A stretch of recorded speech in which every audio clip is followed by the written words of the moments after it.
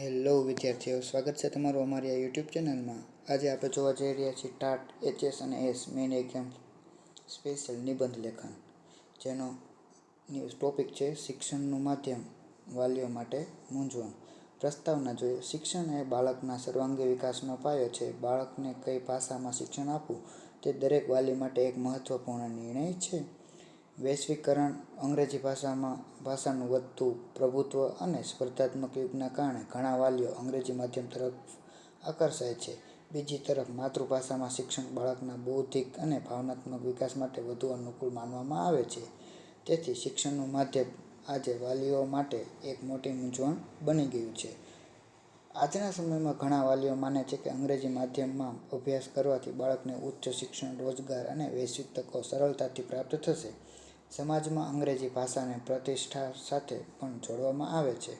પરિણામે અનેક વાલીઓ પોતાની આર્થિક ક્ષમતા કરતાં વધુ ખર્ચ કરીને પણ બાળકોને અંગ્રેજી માધ્યમની શાળામાં દાખલ કરે છે।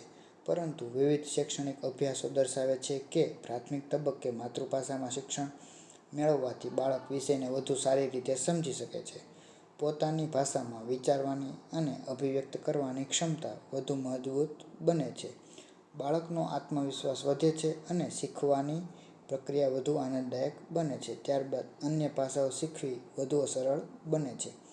વાલીઓને માત્ર સમાજમાં ચાલતા પ્રવાહને અનુસરવાને બદલે બાળકની રસ, ક્ષમતા, શીખવાની ગતિ અને પરિવારના શૈક્ષણિક વાતાવરણને ધ્યાનમાં રાખીને નિર્ણય લેવો જોઈએ।